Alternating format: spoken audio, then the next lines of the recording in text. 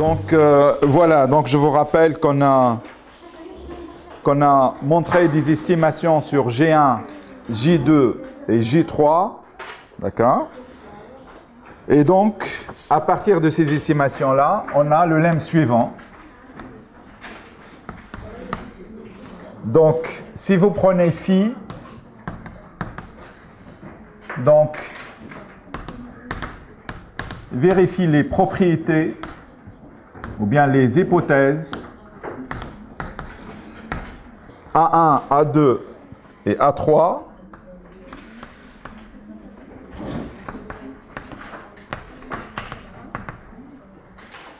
alors pour tout epsilon positif, on peut trouver une constante C qui dépend de epsilon positif telle que la somme, donc telle que J1 plus J2 plus J3 est supérieur ou égal à 2 fois ρ moins bêta, l'intégrale sur Q de sigma gradient Z carré plus Z prime carré, ça c'est l'énergie, dx dt, plus 2 fois gamma, l'intégrale sur Q de sigma au cube, B de psi au carré, module de Z au carré, dx dt. Donc là, c'est grosso modo la norme L2 de Z, mais avec une fonction B de psi. D'accord? Plus 4 fois l'intégrale sur Q de sigma au cube, ρ. Hein? Donc je vous rappelle que ρ, c'est la constante donnée dans la convexité de la fonction psi, hein, dans l'inégalité de la convexité. Hein, c'est la constante telle que la SN de la fonction psi supérieure ou égale à 2 fois ρ l'identité. Voilà. Donc ρ, gradient de psi au carré, moins bêta. Bêta également, elle est définie dans la fonction poids. Hein. Donc, psi prime carré, module de Z carré dx dt, moins, donc le dernier terme, moins une constante, l'intégrale sur Q, sigma au cube, Z au carré, la norme, ou bien module plutôt de psi, voilà, dx dt, et donc là c'est en facteur, plus epsilon, la norme de PS plus de Z au carré, plus la grande constante, donc C de epsilon, qui dépend de epsilon, fois gamma, gamma c'est le deuxième paramètre, l'intégrale sur Q de sigma carré Z carré, dx dt. En fait, dans cette estimation-là, il faut comparer les termes. Hein. Donc là, c'est des bons termes. Si je suppose que bêta inférieur à ρ, donc là, c'est positif. Et là, c'est un terme positif. D'accord? Donc là, j'ai les dérivés soit en temps, soit en x de z. Donc c'est un bon terme. Celui-là aussi, un bon terme. Modulo le cas où b de psi égale à 0. Mais grosso modo, c'est un terme positif, donc là, c'est un bon terme aussi. Ici, il faut jouer sur les paramètres ρ et bêta pour rendre ce terme-là positif aussi. Puis, tout ce qui est ici, elle est négatif, puisque j'ai un moins c, facteur de quelque chose, positif. Bon, mais là, ce terme-là, c'est un mauvais terme, puisque j'ai un sigma au cube, z au carré. Donc là, c'est quand même un terme important dans l'inégalité. Hein, je vous rappelle que dans les inégalités de Karleman, qu'on essaie de montrer, les dérivés comptent comme des puissances de S. Hein. Donc là, devant les dérivés, j'ai juste sigma, Et lorsque je ne dérive pas, j'ai des sigma au cube. Donc, l'ordre de S ou bien de sigma et des dérivés sont de même ordre. D'accord? Il faut comprendre que les dérivés correspondent à des puissances de S ou de sigma, essentiellement. D'accord? Donc, il faut gérer ce terme-là. Ce terme-là, bon, c'est vrai, c'est un terme positif, mais avec un signe moins. Donc, c'est un mauvais terme, mais ce n'est pas grave puisque j'ai un epsilon devant. Donc, on va également choisir epsilon suffisamment petit pour gérer ce terme-là. Ce terme-là, ce n'est pas très méchant puisque je n'ai pas sigma au cube, j'ai sigma carré. D'accord, j'ai gamma, mais il me manque également un S. D'accord? Donc, en fait, ce terme-là, c'est grosso modo sigma au cube sur S. Donc, pour S grand, devient petit. En tant que sigma au cube, bien sûr. Hein? Donc, ce terme-là, je peux le gérer par S. Ce terme-là, je peux le gérer par epsilon. D'accord? Il reste à gérer ce terme-là. Et là, on va utiliser la fonction B de psi, ou bien les caractéristiques de la fonction B de psi. Voilà, donc là, c'est le lemme qu'on a montré. Et donc, la dernière partie de ce chapitre, ça va être inégalité de Karleman, ou bien l'estimation de Karleman. Donc, à partir de cette inégalité-là, on va déduire une inégalité de Karleman, donc estimation de Karleman. Et donc, essentiellement, on va montrer le théorème suivant. Donc, si vous prenez sigma, donc là, juste, je vous rappelle les notations. Hein, donc, sigma, c'est S gamma fois le poids phi. Hein, donc, sigma, bien sûr, c'est une fonction qui dépend de x et de t. S et gamma, des paramètres réels positifs. Voilà. Et je suppose que phi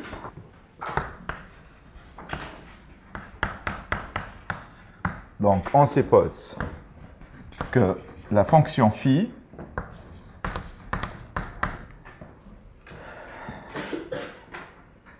donc vérifie les propriétés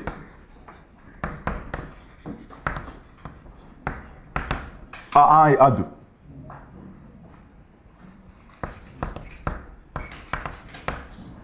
D'accord? Alors,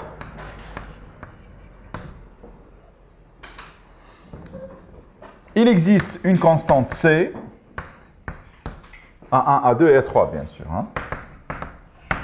Alors, il existe une constante C et gamma 0, strictement positif, tel que pour tout gamma supérieur ou égal à gamma 0, il existe une constante S0 hein, qui dépend de gamma.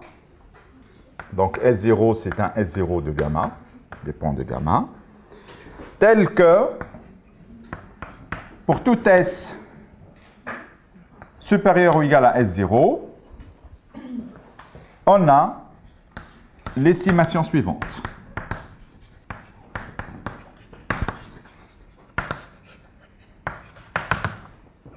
Donc, on a, c'est l'intégrale sur Q de sigma gradient Z carré plus Z carré plus sigma carré Z carré. D'accord? Et majoré par l'intégrale sur Q de module de PS, c'est le terme source, Z au carré, moins dx, bien sûr ici, moins le terme au bord B. D'accord? Où B égale, donc l'intégrale sur sigma de ou bien j'écris tout de suite le B. Hein. Donc plus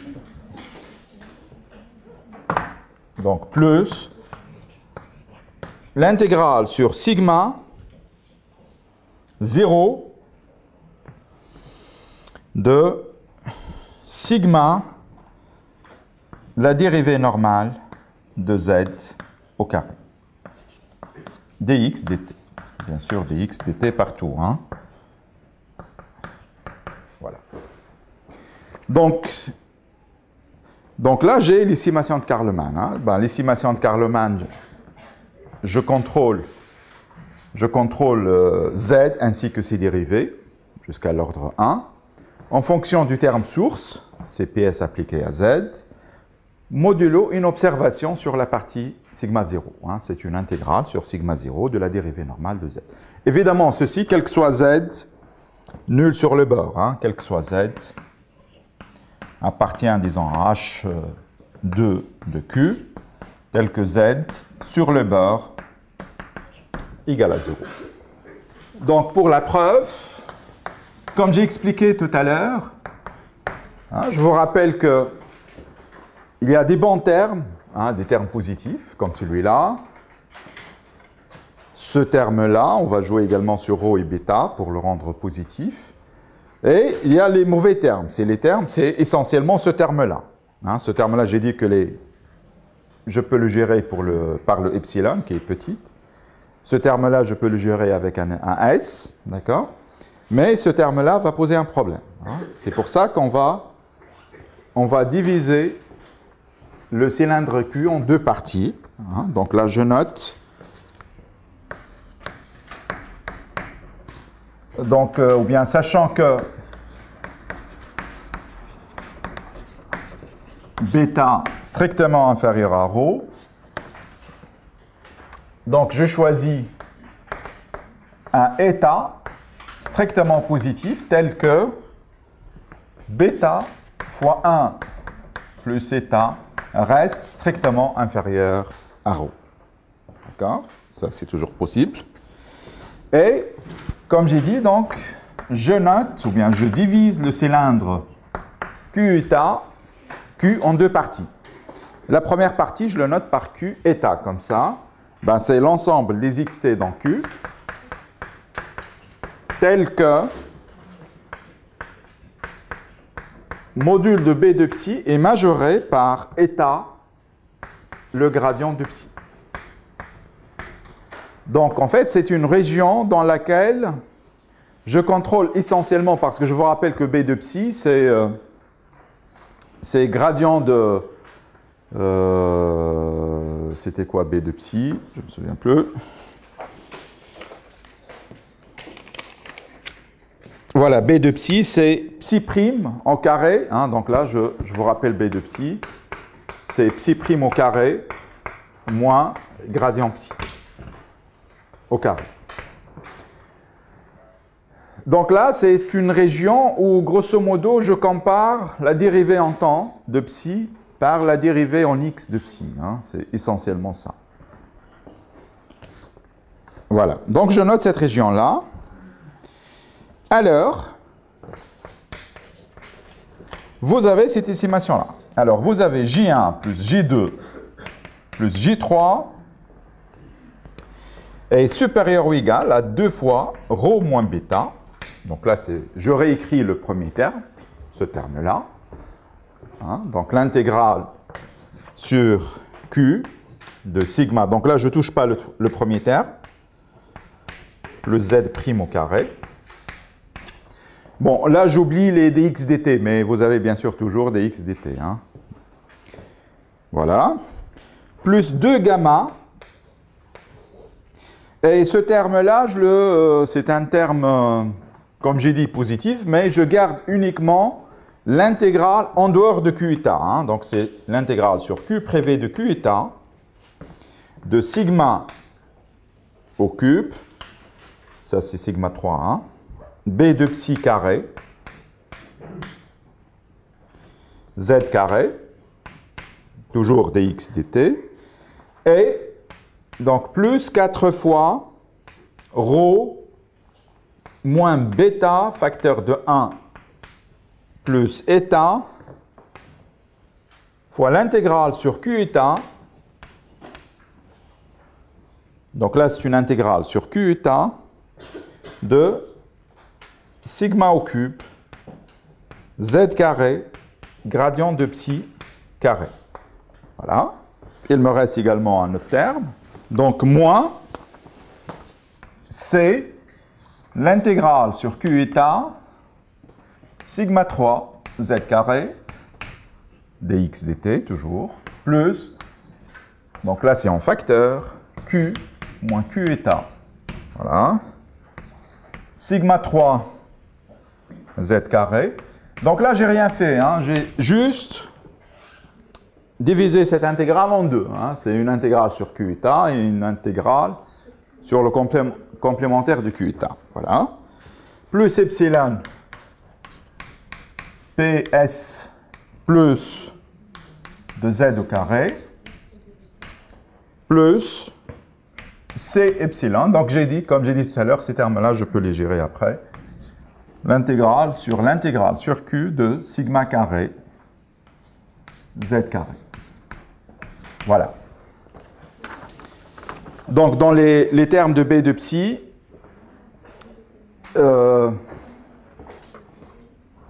c'est où? C'est là. D'accord?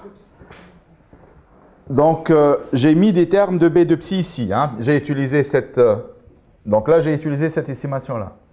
D'accord? Donc, le b de psi, avec le signe moins, donc moins le b de psi, moins état, gradient psi carré, qui est ici. Hein. Donc, c'est un terme qui est là. Donc là, c'est juste une vérification. Les calculs sont corrects. Donc, je vous laisse le soin de vérifier, mais j'ai juste utilisé cette estimation-là sur q état. D'accord?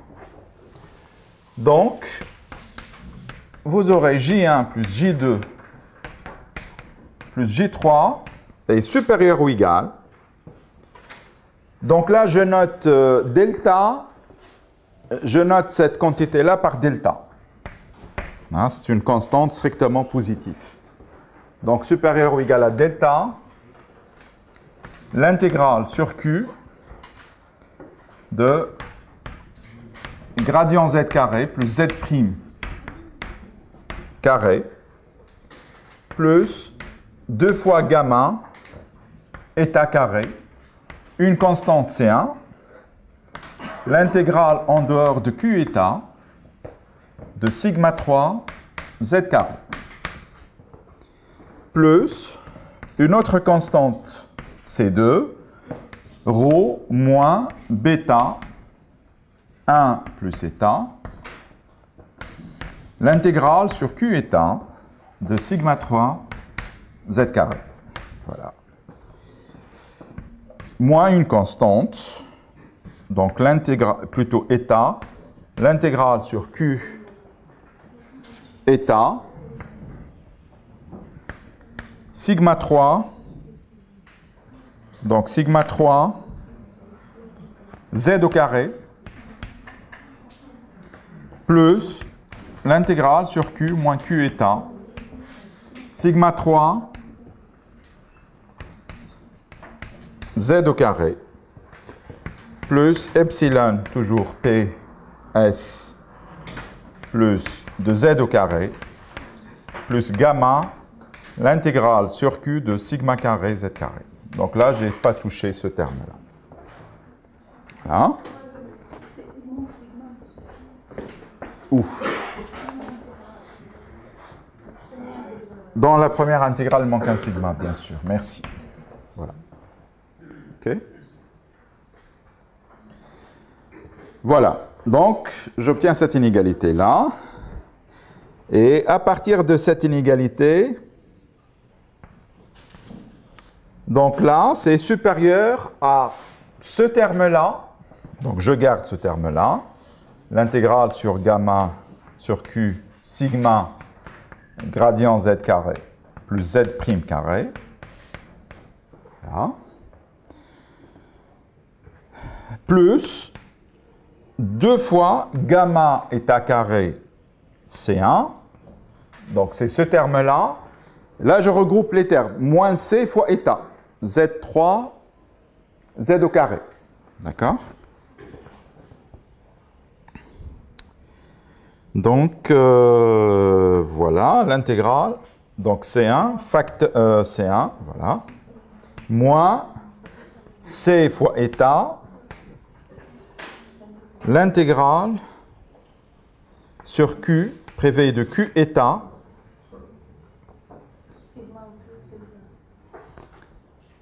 sigma au cube z au carré. D'accord?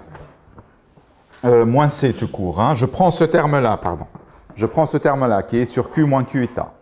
D'accord? Donc j'ai 2 gamma état carré C1, c'est ce terme-là, sur Q moins Q état, moins ce terme-là. Donc C1, C, pardon, Z, sigma carré Z au carré. Donc là, j'ai ces deux termes-là, hein, celui-là et celui-là. Et évidemment, là, c'est le premier terme qui est là. Voilà, qu'est-ce qu'il me reste? Ben, il me reste celui-là, le terme en epsilon et le terme en gamma. D'accord? Donc, ben, je le réécris. Moins une constante, plutôt plus C2,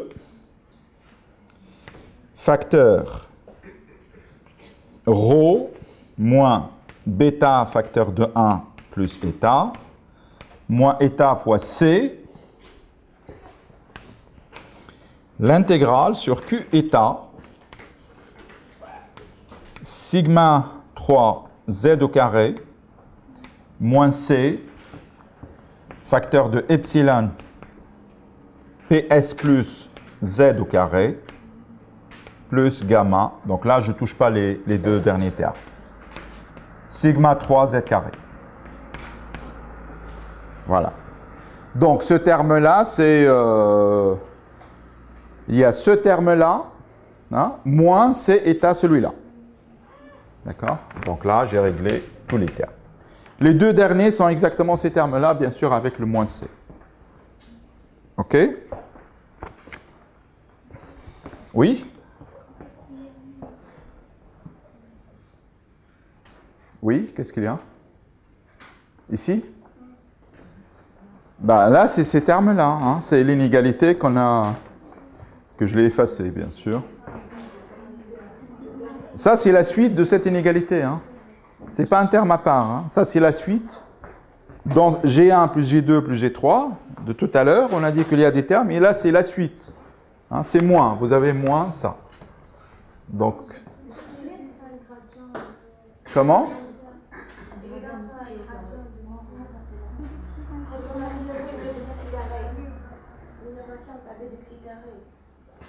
Voilà, donc là, j'ai utilisé soit je suis sur Q, soit je ne suis pas sur Q. Si je suis sur Q, ben, sur Q état, pardon, je majeure par état. Et si je ne suis pas dans Q, ben, je minore par une constante. D'accord?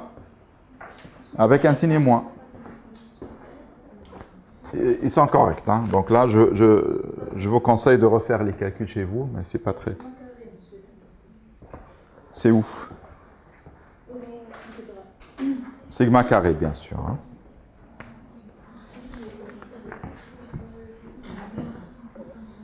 Voilà, juste je termine le raisonnement, puis si vous avez des questions après, je suis à votre disposition. Hein. Juste.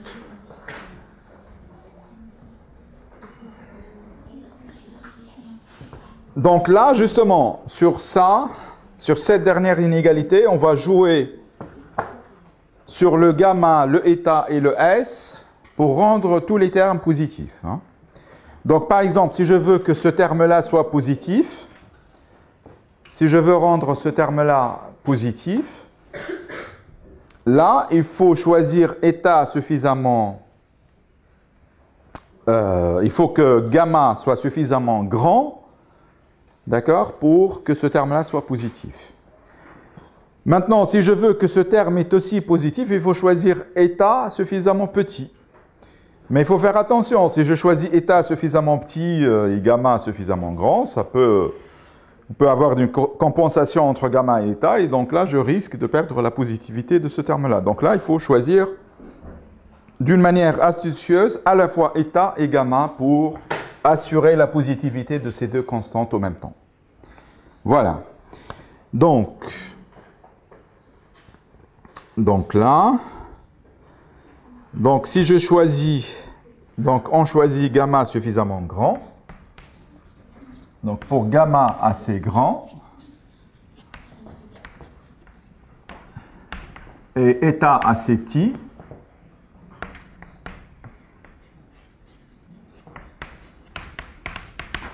on a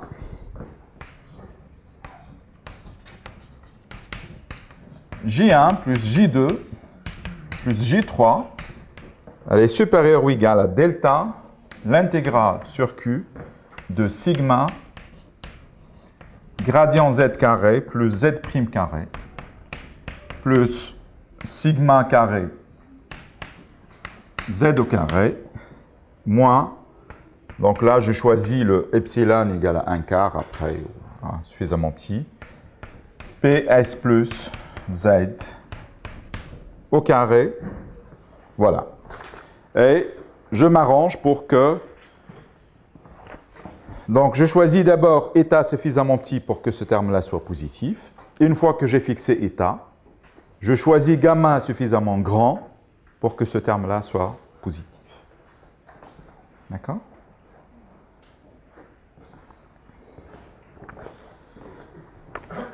Voilà, donc là j'ai cette inégalité-là. Je reviens maintenant à l'inégalité qu'on a montrée la dernière fois.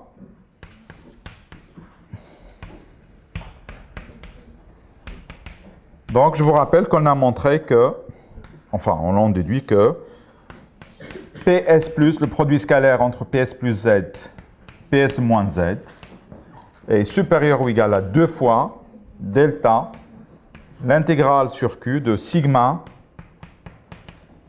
gradient Z carré plus Z prime carré plus sigma carré Z au carré. D'accord? Donc là, j'ai multiplié par 2. Je vous rappelle que PS plus Z, PS moins Z fois 2, c'est 2 fois, ou c'est G1, G2, G3, moins terme au bord. Il me semble comme ça. Donc, moins 2 fois le terme au bord ici. Il manque le terme au bord. Moins 2 fois B, supérieur ou égal à ça. Moins 1 quart, bien sûr. Moins 1 demi, de bien. PS plus Z au carré. Donc là, j'ai juste exprimé G1, G2, G1 plus G2 plus G3 en fonction du produit scalaire, moins le terme au bord. Je vous rappelle que PS plus, PS moins, donc ce terme-là, c'est la norme de... On a dit que ça, c'est la norme de PS Z au carré, moins, donc moins PS plus Z au carré, ça c'est la norme L2, moins PS moins Z au carré, d'accord? Moins 2B est supérieur ou égal à ce terme-là. 2 fois delta, l'intégrale sur Q de sigma gradient Z carré plus Z prime carré plus sigma carré Z carré moins 1 demi PS Z au carré plus. D'accord? Donc, une fois qu'on a ça, ben on fait passer ces termes-là de l'autre côté, ici. Donc là, ça fait plus PS plus Z au carré plus PS moins Z carré. Et donc là, j'efface les deux termes qui sont là.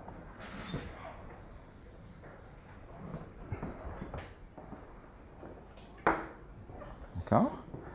Donc là, j'ai moins 1 demi plus 1 fois la norme de PS plus. Donc ça fait plus 1 demi et j'efface ce terme-là.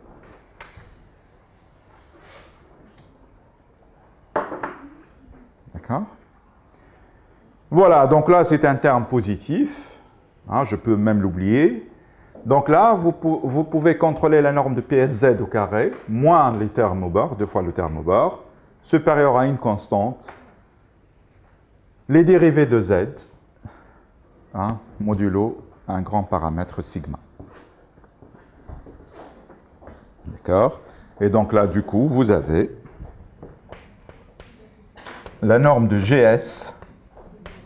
Je vous rappelle que GS, c'est le poids, c'est le terme source multiplié par le poids, est supérieur ou égal, moins 2B, le terme au bord, supérieur ou égal à une constante, l'intégrale sur Q de sigma gradient Z carré, Z prime carré, plus sigma carré Z carré. Donc là, vous remplacez B par sa valeur, et vous avez donc l'inégalité de Carleman. En fait, évidemment, je vous rappelle que Z, c'est exponentielle S phi fois ma solution U. Donc, si vous remplacez Z dans l'inégalité de Carleman, vous allez trouver... Voilà, donc là, je réécris sous forme de corollaire.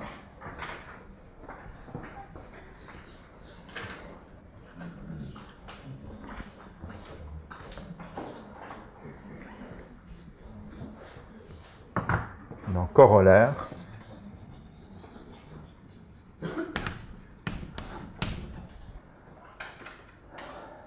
Donc, quel que soit U, bien, voilà. Donc, si vous prenez phi, tel qu'on a A1, A2, sont vérifiés.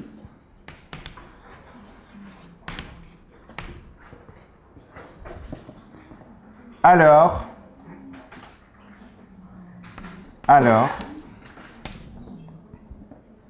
quel que soit, il existe C, tel que quel que soit gamma strictement positif, plutôt il existe C, il existe gamma 0 strictement positif, tel quel que soit gamma supérieur à gamma 0, il existe S0 positif, qui dépend de gamma, tel que quel que soit S supérieur à ce S0, on a l'inégalité suivante. Donc, on a l'intégrale sur Q de sigma carré facteur. Donc, vous avez sigma facteur gradient U au carré. Donc là, je prends juste des puissances de S. Et j'oublie même gamma. Hein. Il existe C, S0, tel que vous avez ça. Donc, S plus DTU au carré plus S carré U au carré fois exponentielle 2S phi dx dt est majoré par une constante dt carré U moins le Laplacien U plus, voilà, si vous voulez, au carré exponentielle 2S phi dx dt, ça c'est l'intégrale sur Q, plus l'intégrale avec un S, sigma 0, l'intégrale sur sigma 0 de la dérivée normale de U au carré exponentielle 2S phi dx dt. Et ceci est vrai, quel que soit U, dans H2 de Q, tel que U à l'instant 0 égale à U à l'instant grand T égale à 0, et U sur la frontière égale à 0. Donc là, vous avez l'inégalité de Carleman avec le poids quand... Donc là, en fait, il suffit de remplacer Z par exponentielle S phi fois U. D'accord? Donc, si je remplace Z par cette quantité-là, ben, vous allez trouver ça. Et je fixe aussi gamma. Hein? Je fixe gamma. Je prends gamma suffisamment grand tel que j'ai cette inégalité sur S. Une fois que j'ai cette inégalité, je le fixe. D'accord? Et je joue uniquement sur le paramètre S. D'accord? Donc, en fait, la constante S0 qui est là dépend évidemment de gamma, mais que je l'ai fixé suffisamment grand pour avoir l'inégalité en Z. Donc là, c'est l'inégalité de Carleman pour l'opérateur des ondes. Donc là, évidemment, il faut imposer les conditions sur U. U doit être nul à l'instant 0 et à l'instant grand T. Et que votre solution est aussi nulle sur le bord. Que votre fonction elle est nulle aussi sur le bord. Donc là, je contrôle U ainsi que ses dérivés, jusqu'à l'ordre 1, en fonction de l'opérateur et une observation sur la partie sigma 0 du bord. Voilà. Bon, qu'est-ce qu'on peut faire avec cette inégalité-là? Donc là, en fait, je vous explique juste l'application de cette inégalité de Karleman pour des problèmes d'identification d'un terme source pour l'équation des ondes avec des mesures partielles. Donc, application au problème inverse. Donc, application au problème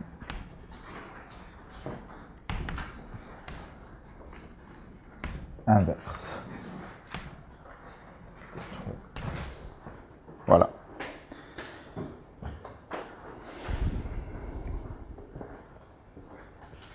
D'accord? Donc, là, je vous rappelle la définition de la fonction poids. Hein, je prends psi de xt. Je vous rappelle qu'on a choisi psi de xt, c'est x moins x0 carré, par exemple, moins bêta t carré plus un paramètre bêta 0. Et je vous rappelle que dans les inégalités de Karleman, en fait, on l'a montré pour t varie entre 0 et grand T. Et cette fonction psi, c'était bêta moins t, facteur de t, moins t0, le tout au carré, où t0 est un temps intermédiaire entre 0 et t. D'accord? En fait, ce qu'on a fait pour l'intervalle 0t reste vrai si je prends l'intervalle moins t. Donc, je prends un cylindre symétrique hein, par rapport à t égale à 0. Donc là, le t varie entre moins tt. D'accord? C'est juste pour... Donc, je prends ça. Et évidemment, je suppose que l'ensemble, je choisis une partie gamma 0 telle que l'ensemble des x sur le bord dans la dérivée normale, ou bien x moins x0, scalaire nu, est positif. Donc, cet ensemble est inclus dans gamma 0. Donc là, je réécris les définitions juste avec un intervalle symétrique en temps, en moins tt. Hein. Donc, je définis q tilde. Je prends même q. Hein. Q, ça n'a rien à voir avec le q de tout à l'heure. Q, tout à l'heure, c'était 0t, mais là, c'est moins tt. Hein. Donc là, c'est oméga croix moins tt. Pareil pour sigma. C'est le bord croix moins tt. Et sigma 0, c'est gamma 0 croix moins tt. Voilà. Donc là, je reprends exactement les mêmes notations de tout à l'heure, mais au lieu de l'intervalle 0t, je prends moins tt. Hein. Évidemment, je prends également phi, ben, c'est exponentielle gamma psi. Hein. Pour xt varie dans q. Q maintenant, pour nous, c'est oméga croix moins tt. Voilà. Et on va réécrire donc phi comme une fonction psi0 de x fois mu de t. D'accord? Donc là, je peux séparer les variables de phi. Voilà. Ben, phi0 de x, ça va être... Donc phi0... Ben, en fait, si vous voulez, je change ici. Hein.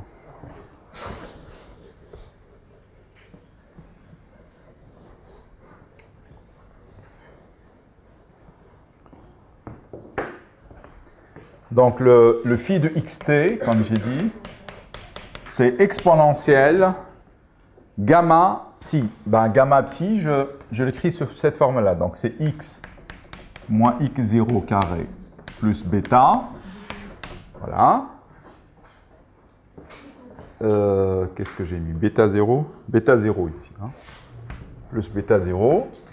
Voilà. Fois exponentielle moins gamma bêta t carré. Voilà. Donc, ce terme-là, je le note par, donc là, c'est phi 0 de x fois une fonction mu de t. Donc, une fonction ne dépend que de t. Bien sûr, dépend de gamma et bêta. Hein. Voilà.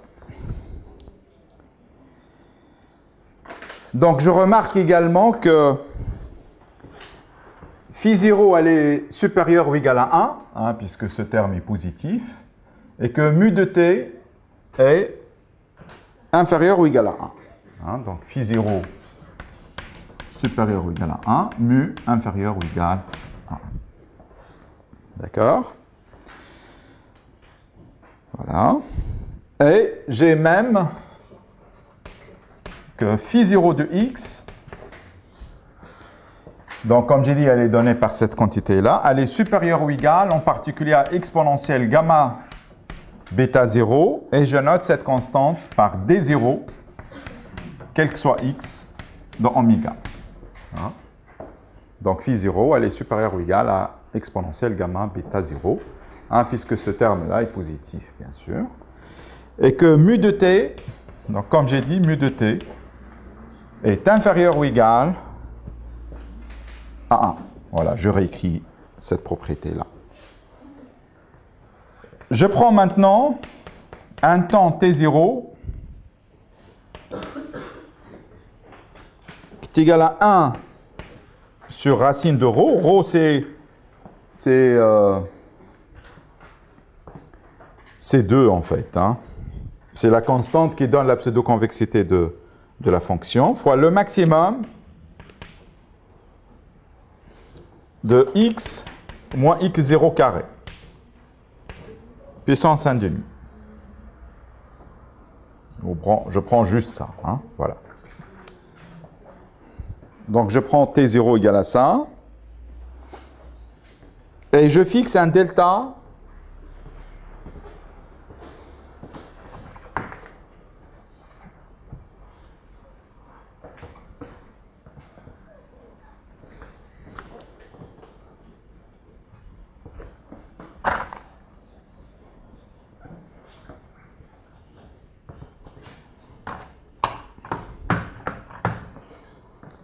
Donc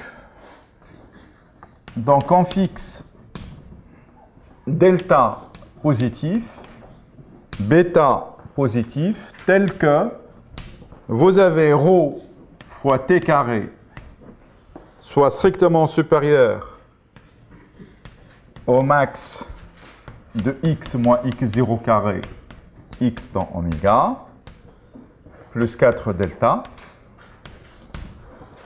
et bêta t carré strictement supérieur à la même chose.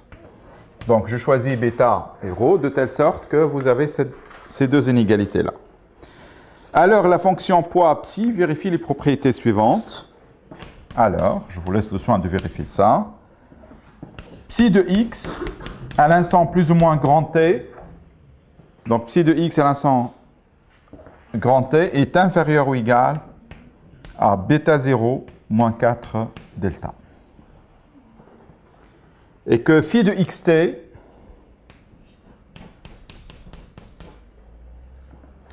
je vous rappelle que phi de xt, c'est exponentielle gamma psi, elle est inférieure ou égale à exponentielle gamma bêta 0 moins 2 delta, qui est égale à d1, mais d1, par rapport à d0, elle est strictement inférieure, hein, puisque ça, c'est exponentielle gamma bêta 0, c'est d0 fois une quantité qui est strictement inférieure à 1.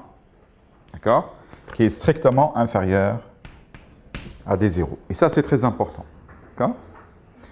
Donc là, je m'arrange pour que ma fonction phi vérifie ça. Hein. Je choisis mes paramètres bêta, ρ, etc., delta, de telle sorte que j'ai ces propriétés-là.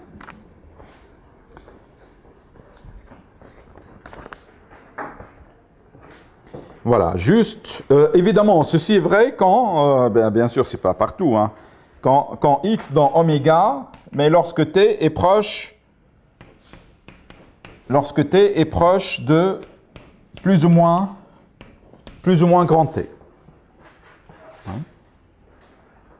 Donc là, c'est la continuité de la fonction psi. Si elle vérifie ça, vous choisissez, pour epsilon suffisamment petit, hein, vous choisissez, plutôt vous choisissez epsilon tel que phi de x. T, ou t proche de plus ou moins t, qui vérifie inférieur ou égal à bêta 0, peut-être pas moins 4 delta, mais moins 2 delta. D'accord? Moins 2 delta qui est là. Donc c'est juste la continuité de la fonction psi en t.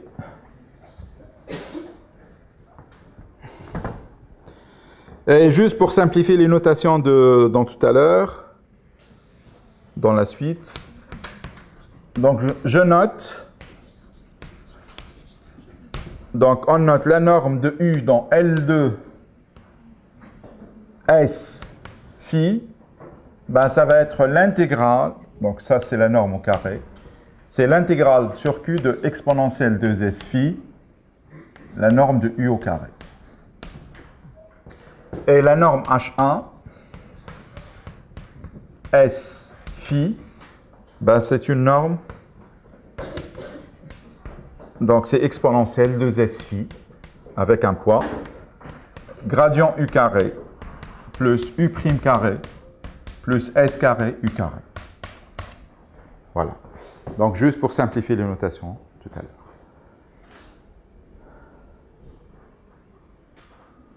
Voilà, donc là, j'ai défini deux normes. Ben, c'est quoi le problème inverse? Donc, détermination d'un terme source.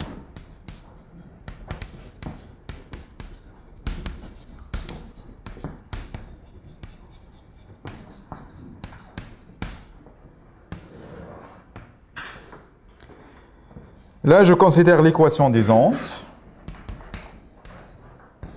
dt carré u moins Laplacien u égale un terme source que je suppose que ce terme source s'écrit comme h de x fois r de xt. D'accord? Xt est connu, r de xt est connu, hein, et xt dans grand Q. Je suppose que mes conditions initiales sont nulles. X dans oméga. Et je suppose que sur le bord égale à 0. Donc xt sur sigma. Je vous rappelle que Q ici c'est le cylindre moins tt, sigma c'est moins tt croix gamma. Hein. Voilà. Et en fait l'objectif consiste à déterminer la partie spatiale du terme source. Hein. Donc en fait, notre problème consiste à identifier h, cette partie h spatiale, à partir de la dérivée normale de u sur le bord, ou bien sur la partie, juste sur la partie sigma 0 du bord. Voilà. Donc, je suppose que h est dans L2, que R est L1 en temps moins tt à valeur dans L infini. Hein, question d'assurer l'existence et l'unicité de la solution. Je suppose également que R' ici c'est la dérivée par rapport à t de R, est aussi dans L1 moins tt à valeur dans L infini. Voilà. D'accord. Donc, on sait que, d'après le théorème d'existence et de régularité de la solution, on sait que ce système admet une unique solution, U. Hein.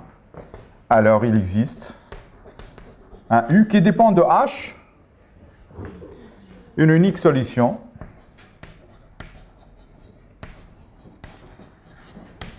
donc une unique solution de ce système, étoile,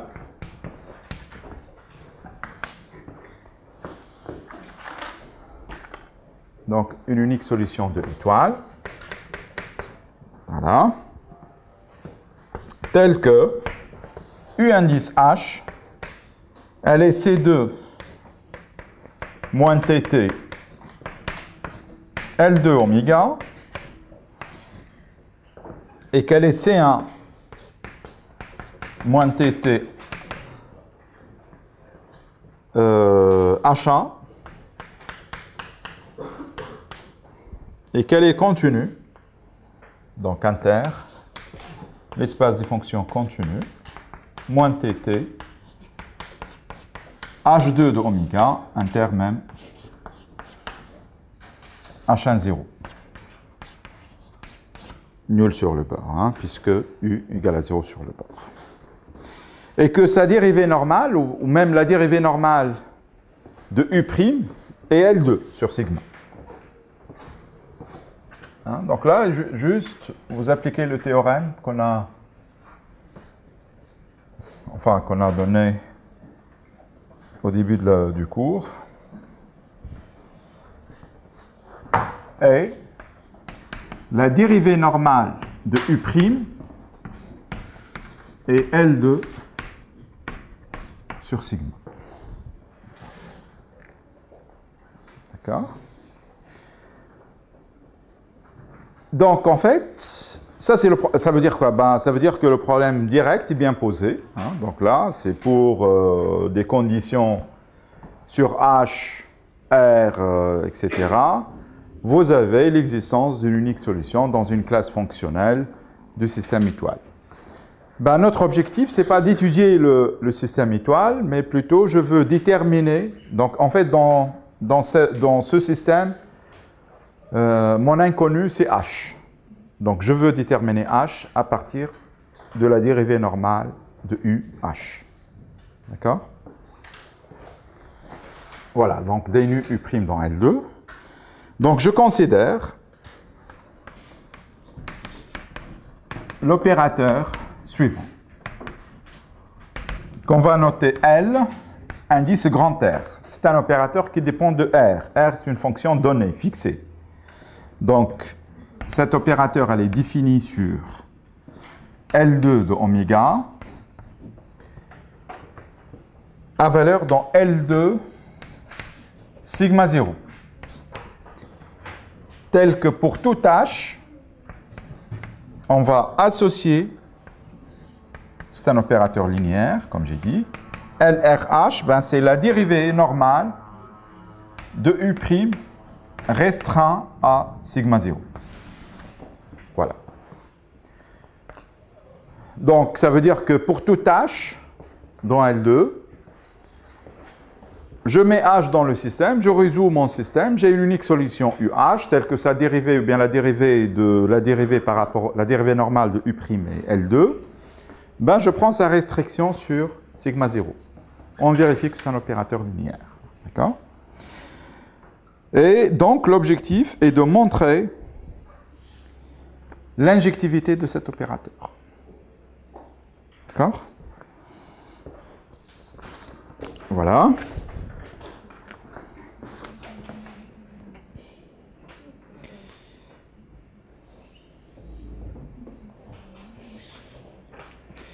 Donc, vous avez le lemme suivant.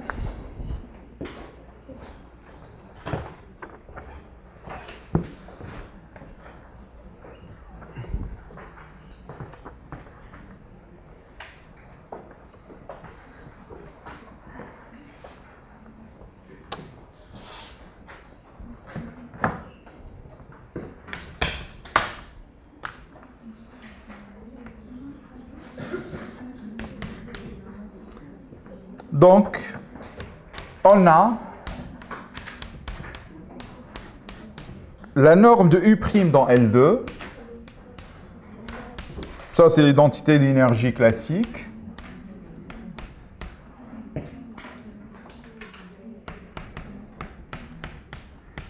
Et majorée par une constante, la norme de H dans L2. Évidemment, R dépend de la norme, plutôt la constante C dépend de la norme infinie de R. Hein? Donc là, pour le moment, je suppose que R est a priori borné par une constante M, grand M. Et on a également la même chose pour la dérivée seconde. Donc U seconde T point plus la norme du Laplacien de U, T point, ça c'est les normes dans L2, plus la norme de gradient de U',